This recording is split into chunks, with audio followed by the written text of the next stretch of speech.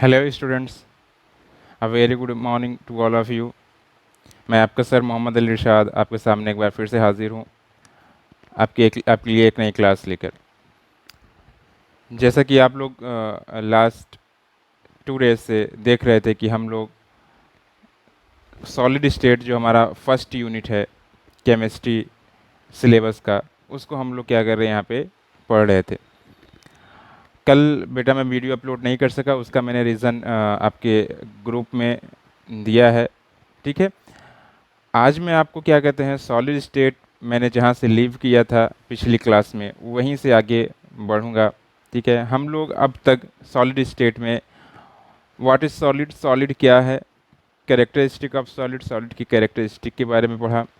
Types of solid उसके बारे में पढ़ा। 2 टाइप होता है सॉलिड का, crystalline solid and amorphous solid.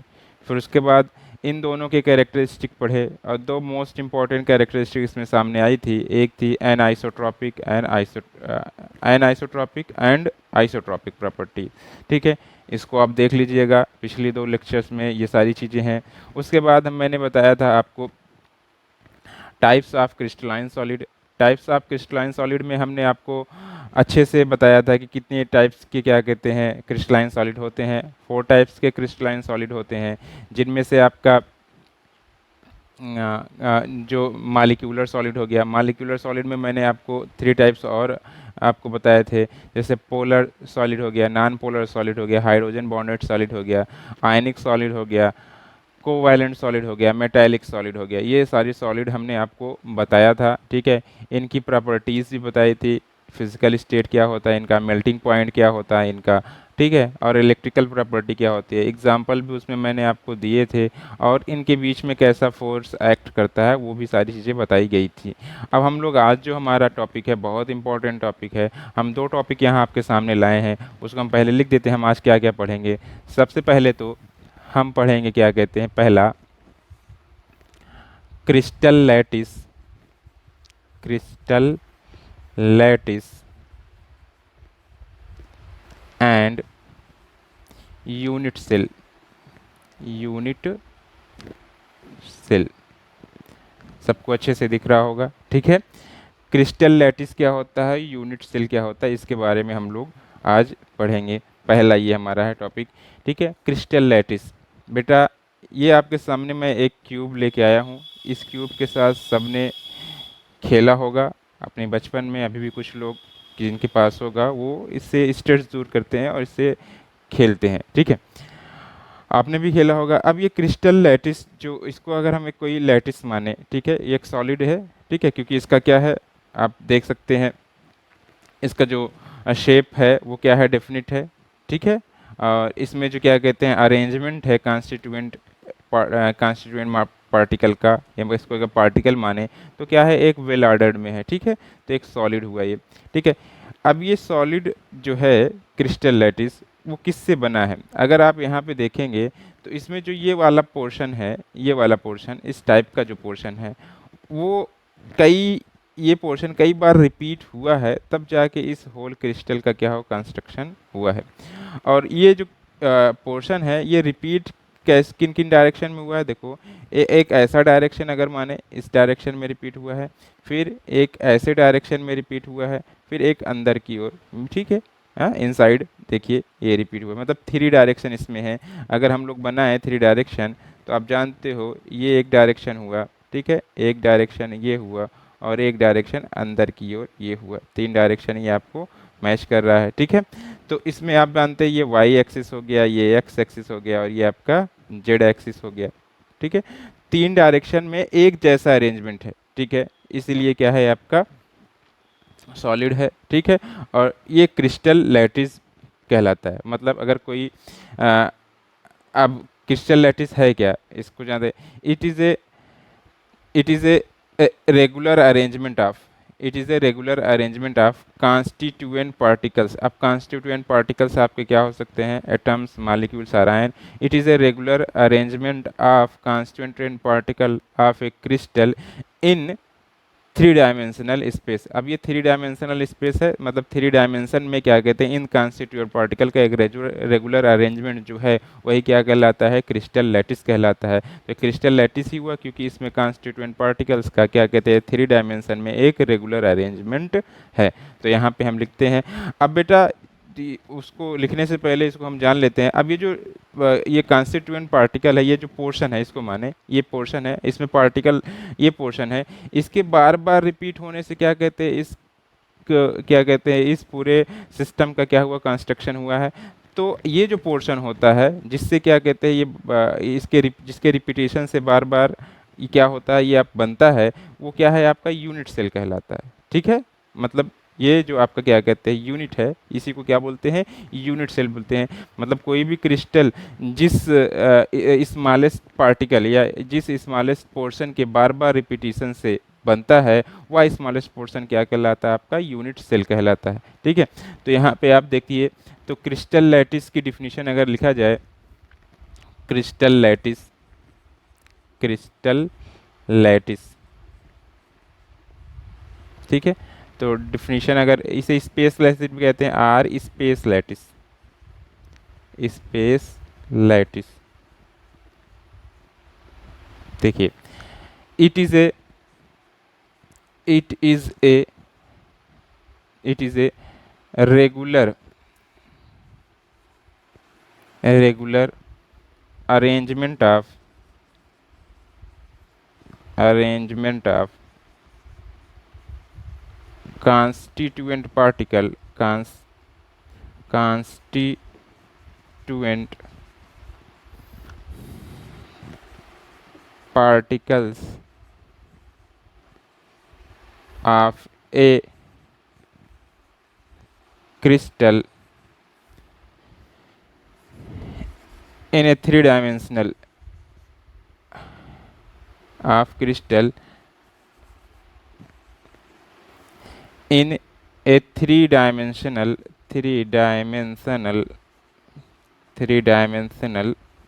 space। तो डिफिनीशन आप इसको आप लर्न कर लीजिए, learn by heart. It is a regular arrangement of constituent particles of crystal in A three dimensional stage, उसी को बोलते हैं, क्या बोलते हैं, क्रिस्टल लैटिस बोलते हैं। ठीक है, अब आते हैं यूनिट सेल के बारे में बात करते हैं। यूनिट सेल, यूनिट सेल देखिएगा, यूनिट सेल, यूनिट सेल अगर पूछा जाए, जो आपका क्रिस्टल लैटिस होता है, अगर उसको सब डिवाइड किया जाए, उसको भागा जाए, तो किस में टूटता है, कई छोटे छोटे सेल्स में क्या होता है, वो सब डिवाइड हो जाएगा। ऐसे बोल सकते हैं, एक crystal lattice can be subdivided into number of small cells known as unit cell. मतलब अगर भी इसी को हम अलग अलग कर दें, सारे पोर्शन को अलग अलग कर दें, तो क्या होगा, छोटे छोटे क्या होंगे, सेल्स मिलेंगे, वही छोटे छोटे सेल्स क्या कहलाएंगे, आपके यूनिट सेल कहलाएंगे। समझ में आ रहा है ना बात भाई, ये क्रिस्टल लैटिस है। अब अगर इस क्रिस्टल लैटिस को हम सब डिवाइड कर दें, ठीक है, तो ये निकल जाएगा, ये निकल जाएगा, ये सारी चीज़ें बाहर आ जाएंगी। ठीक है, तो ये जो स्मॉल पार्टिकल है, स्मॉल सेल है, यही क्या कहलाएगा, आपका यूनिट सेल कहलाएगा।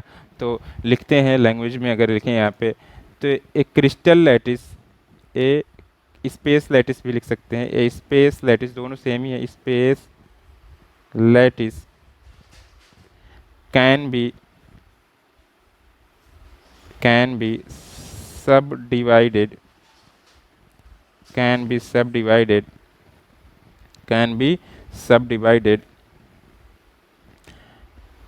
into number of a number into a number of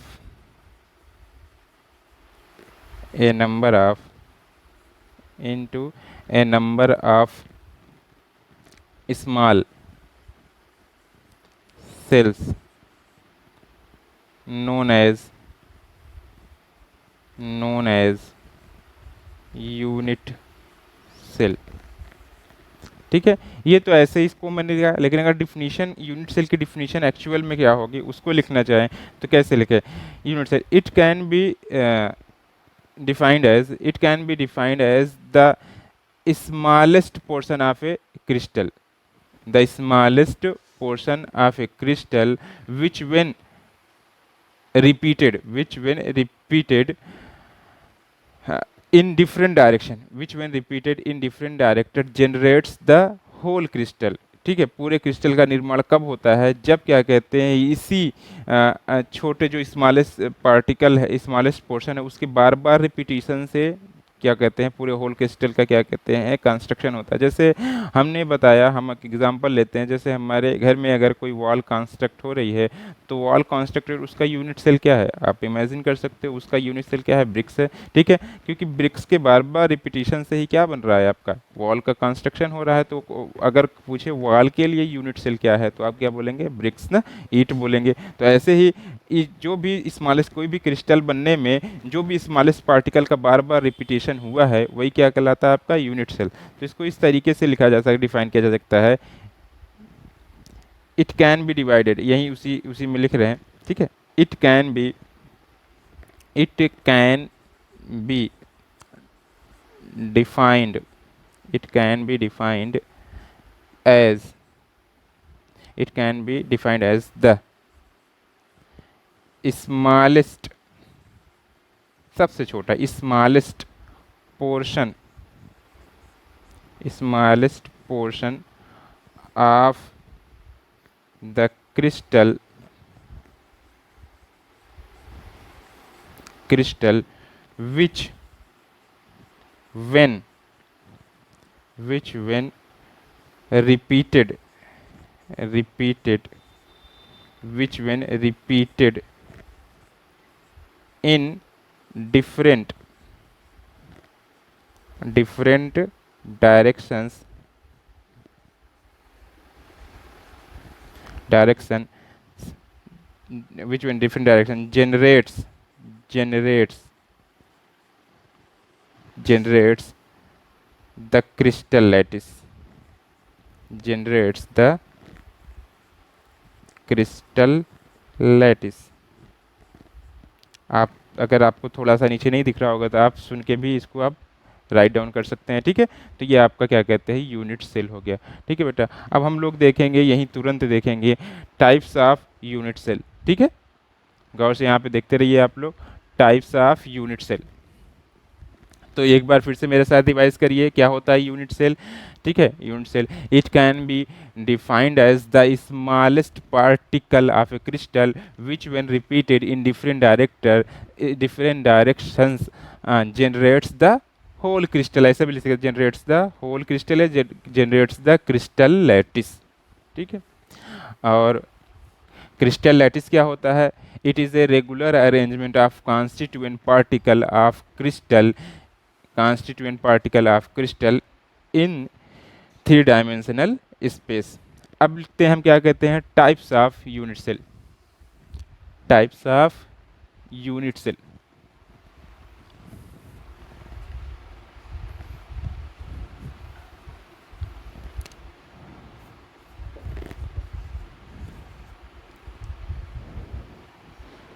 types of unit cell, types of unit cell, types of unit cell. देखते हैं टाइप्स ऑफ यूनिट। देखिएगा, unit cell, unit cell can be, can be divided, divided into 4 categories, into 4 categories। ठीक है, 4 types भी कर सकते हैं, category आप नहीं लिखना चाहते, टाइप इंटू 4 टाइप्स। ठीक है, अब देखिए 4 टाइप्स कौन कौन सा है। पहला सिंपल, सिंपल, या पहले लिखते हैं प्रिमिटिव, प्रिमिटिव।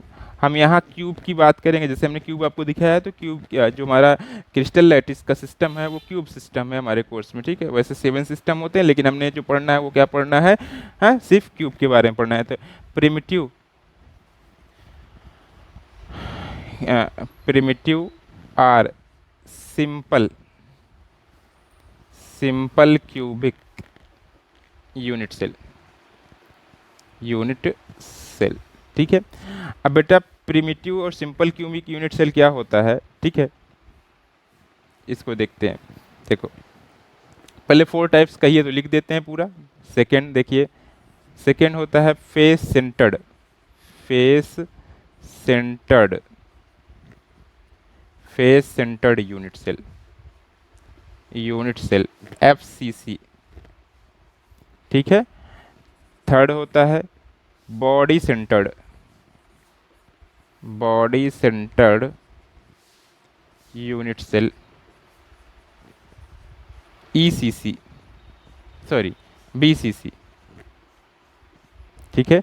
और फोर्थ लास्ट होता है एज सेंटर, या इसी को इंड भी लिख सकते हैं, end centre, end centred unit cell, unit cell ECC, ठीक है। तो ये 4 टाइप्स क्या का यूनिट सेल हो गया।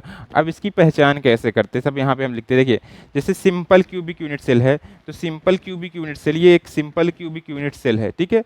सिंपल क्यूबिक यूनिट सेल में जो आपके कॉन्स्टिट्यूएंट पार्टिकल या हम बोले क्रिस्टल लैटिस पॉइंट किसे कहते हैं बेटा, देखो ये जो जितना भी कॉर्नर इसका है, ये क्रिस्टल लैटिस का जो कॉर्नर है उसे क्या बोलते हैं, लैटिस पॉइंट, लैटिस साइट या लैटिस पॉइंट बोलते हैं, ठीक है। जिस लैटिस पॉइंट इसको बोलते हैं, नहीं ऐसे भी बोल सकते हैं, मतलब किसी भी क्रिस्टल लैटिस का वह भाग या वह क्या कहते हैं एरिया जिस पर क्या कहते हैं कॉन्स्टिट्यूएंट पार्टिकल होते हैं, वो क्या कहलाता है, क्रिस्टल लैटिस, क्रिस्टल साइट कहलाता है। क्या कहलाता है, क्रिस्टल साइट या लैटिस साइट कहलाता है, लैटिस पॉइंट। तो यहाँ पे जहाँ जहाँ भी आपके कॉन्स्टिट्यूएंट पार्टिकल होंगे, चाहे एटम्स, मॉलिक्यूल या आयन, वो क्या होगा आपका क्रिस्टल साइट या लैटिस पॉइंट कहलाता है। तो यहाँ पे देखिएगा जो आपका सिंपल क्यूबिक यूनिट सेल होता है उसमें केवल और केवल क्या कहते हैं, जो लैटिस पॉइंट होता है वो कॉर्नर पे होता है। किस पे होता है, केवल और केवल कॉर्नर पे होता है। जैसे यहाँ कितने कॉर्नर होंगे एक क्यूब में, 1 2 3 4, ऐसे पीछे 1 2 3 4, टोटल 8 कॉर्नर्स होते हैं। तो देखिए हम बनाते हैं, आपको इसी में एक एक कर दिखाते हैं, सबका अलग अलग बना देती हैं। चलिए अगर यहाँ पे आपका सबसे पहले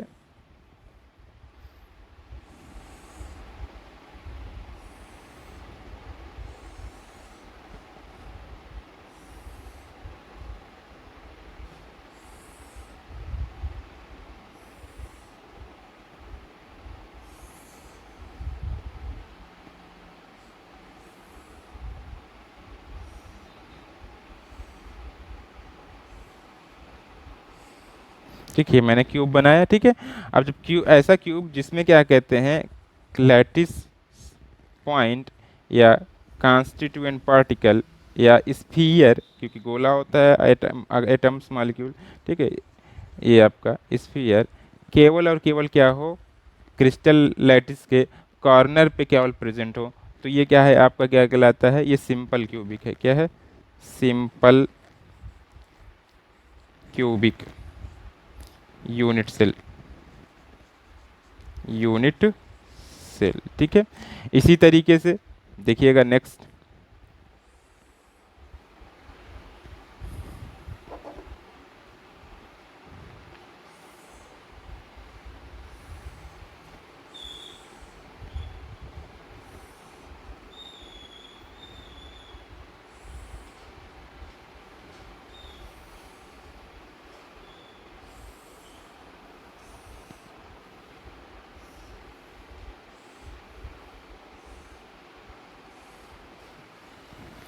अगर आपका लैटिस पॉइंट जो है वो कॉर्नर्स के अलावा, कॉर्नर्स के अलावा सभी फेस के, फेस कितने होते हैं बेटा किसी क्यूब में, 6 फेस होते हैं। आप अपने रूम में जहाँ पे हो वहाँ पे देखो कितने फेस हैं, एक आपकी क्या कहते हैं रूफ हो गई, फिर उसके बाद आपका फ्लोर हो गया 2 फेस, एक इधर तरफ कॉल 3, ये आपका 4, एक आपके फ्रंट में एक आपके बैक में, तो कितने हुए टोटल 6 फेस होते हैं, ठीक है। 6 फेस होंगे तो देखिए हमने एक पॉइंट उसके सेंटर पे जब होगा, ठीक है, ऐसे लिखेंगे, ये आपका ये हो गया, ये हो गया और ये हो गया, ठीक है। अब यहाँ पे तो दिख नहीं रहा, तो पीछे क्या ये बैक साइड बना दे, ये पीछे के क्या कहते हैं, बैक पे क्या कहते हैं, बैक के सेंटर पर है, और ये क्या कहते हैं आपके फ्रंट के सेंटर पर क्या कहते हैं एटम्स। तो ये क्या हुआ आपका एफसीसी, शॉर्ट में लिखें तो या फेस सेंटर्ड एफसीसी है, एफसीसी। ठीक है। अब फिर थर्ड देखते हैं हम लोग।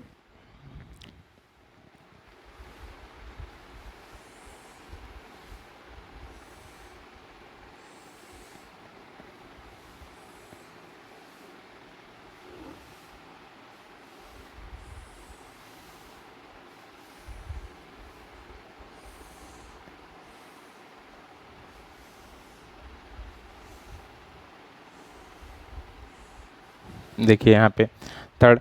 अब जब क्या कहते हैं आपका जो लैटिस पॉइंट है वो कॉर्नर्स के अलावा, कॉर्नर्स के अलावा बॉडी के क्या हो, सेंटर पे हो, मतलब क्रिस्टल लैटिस के बॉडी के सेंटर पर भी एक लैटिस पॉइंट प्रेजेंट हो, मतलब कॉन्स्टिट्यूएंट पार्टिकल वहाँ भी प्रेजेंट हो, तो वो क्या होगा आपका बीसीसी। ठीक है। लास्ट,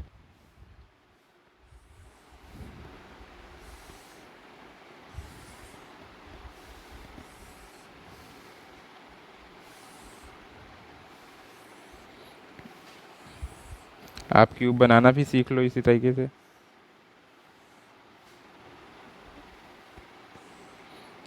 भाई क्यूब होता है तो क्यूब में सारे फेसेस, सारे साइड क्या होते हैं, इक्वल होते हैं, ये आप देख लीजिए। तो यहाँ पे भी क्या कहते हैं, अगर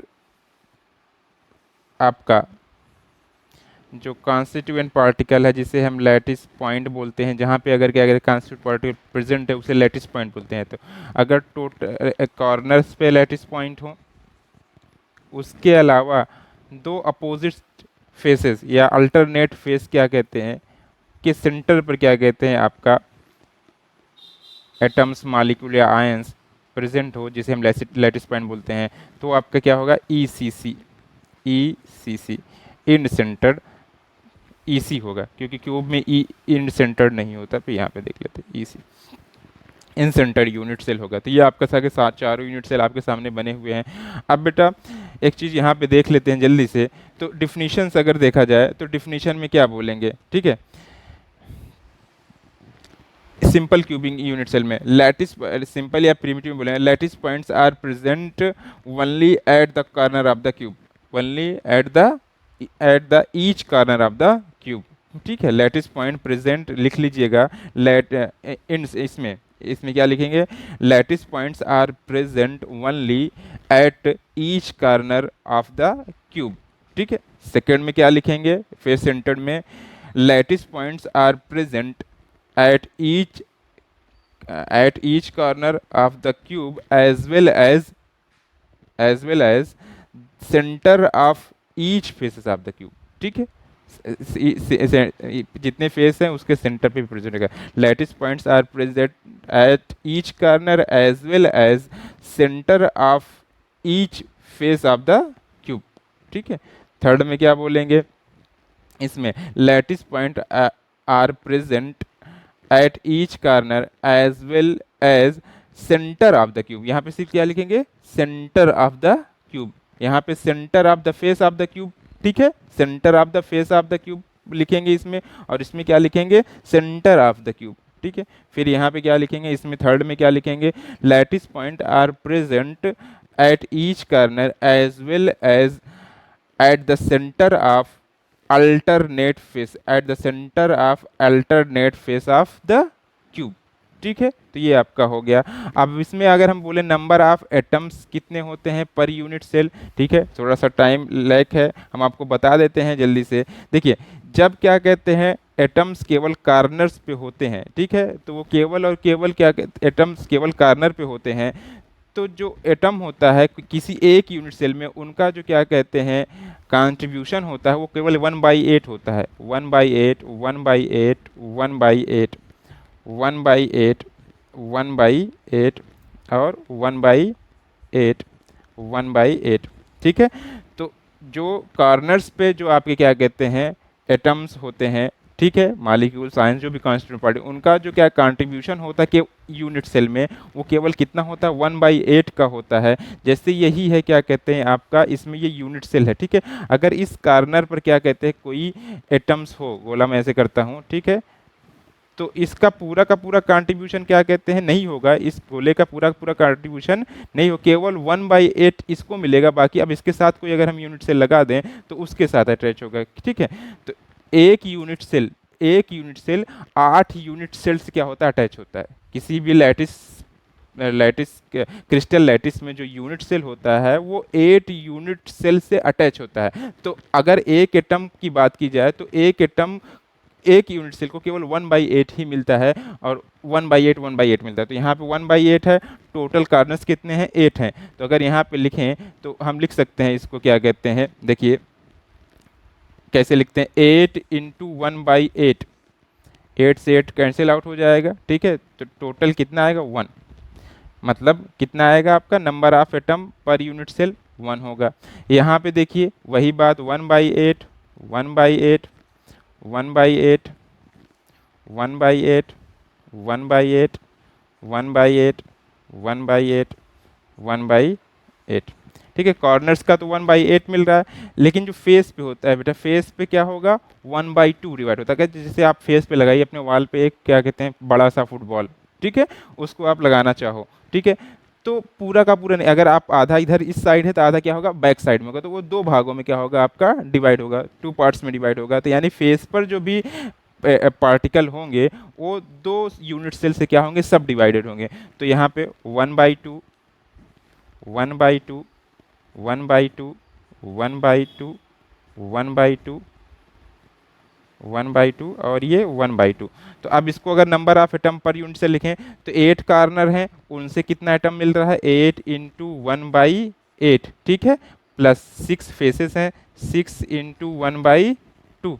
आप इसको लिख सकते हैं कितना, यहाँ पे अगर इसको डिवाइड 1 और 8 2 3 जा 6, तो अगर इक्वल टू करें तो 1 कितना आ जाएगा 1 + 3 कितना आ जाएगा 4।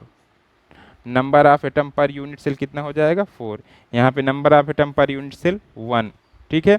यहाँ पे देखें फिर वही बात 1/8 1/8 1/8 1/8 1/8 1/8 1/8 1/8, ठीक है। अब ये बेटा बताओ, तुम अपने कमरे में हो, ठीक है, अभी अपने कमरे में हो ना, तुम देखना, तुम अपने कमरे में एक फुटबॉल ले जाओ और कमरे का सेंटर ढूंढो और वहाँ पे ऐसे इसको रख दो, ठीक है। तो क्या ये किसी से सब डिवाइड होगा, नहीं होगा ना।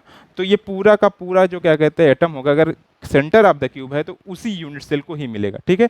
सेंटर यूनिट सेल के क्या है सेंटर पे है, ठीक है, तो वो क्या मिलेगा, वो पूरा का पूरा क्या कहते हैं उसी एक यूनिट सेल को क्या करेगा, वो किसी से सब डिवाइड नहीं होगा। आप लोगों आपका यूनिट सेल आप मान सकते हैं, आपका क्यूबिक यूनिट सेल आपका है, आपका रूम 10x10 का है, उसमें आप अभी प्रेजेंट हो, ठीक है। वहाँ का सेंटर आप ढूंढो, सेंटर ढूंढने के बाद वहाँ पे आप एक एक फुटबॉल रख दो, तो क्या किसी दूसरे कमरे से वो अटैच है, नहीं है, उसी कमरे में है, इसलिए उसको क्या होगा पूरा का पूरा उसको पूरा पोर्शन मिलेगा। तो यहाँ पे 1/8 इंटू 8 + 1, ठीक है, तो 8 1 + 1 इज इक्वल टू 2 हो जाएगा। Number of unit cell per unit cell 2 होगा। अब यहाँ भी सीख गए आप, सब में 1/8 है, 1/8 1/8 1/8 1/8 1/8 1/8 1/8 ये 1/8, ठीक है, सारे हो गए 1/8 आपके। अब अगर देखें तो यहाँ फेस पे है, फेस का भी कुछ देर पहले बताइए 1/2 होता है, ठीक है, 2 भागों में, तो यहाँ पे 2 है एटम, ठीक है, 2 ही फेस पे है, तो इसको कैसे लिखेंगे 1/8 इंटू 8 + 2 इंटू 1/2, ठीक है, 2 ही फेस पे है पार्टिकल, तो ये आपका कैंसिल आउट होगा, ये कैंसिल होगा, 1 + 1 इज इक्वल टू क्या हो जाएगा 2। तो number of atoms per unit cell क्या होते हैं, सिंपल क्यूबिक यूनिट सेल में number of atom per unit cell कितने होते हैं 1 होते हैं। अगर आपका क्या face centred cubic unit cell है तब उसमें number of atom per unit cell 4 होगा। अगर आपका बॉडी सेंटर्ड BCC है तो उसमें number of atom per unit cell कितना होगा 2 होगा। और अगर क्या कहते हैं आपका EC है, एंड सेंटर है, तो number of atom per unit cell कितना होगा 2 होगा। तो मुझे आज बेटा यही पढ़ाना था, 2 टॉपिक, एक था क्या कहते हैं आपका क्या क्रिस्टल लैटिस और यूनिट सेल क्या होता है, ठीक है। दूसरा क्या था, number of atom per unit cell. चार टाइप का आपका क्या होता है, यूनिट सेल होता है। सारी चीज़ें मैंने बता दी हैं। कल मैं एक चार्ट बना के आपको अच्छे से उसमें समझा दूंगा। सो आज के लिए बस इतना ही। Thank you so much. आपको वीडियो कैसे लग रही है आप बताते रहिए, ठीक है। कमेंट करिएगा, जो भी आपको नहीं समझ में आता आपके ग्रुप में आज मैं इसको सेंड कर दे रहा हूँ, ठीक है। Thank you so much.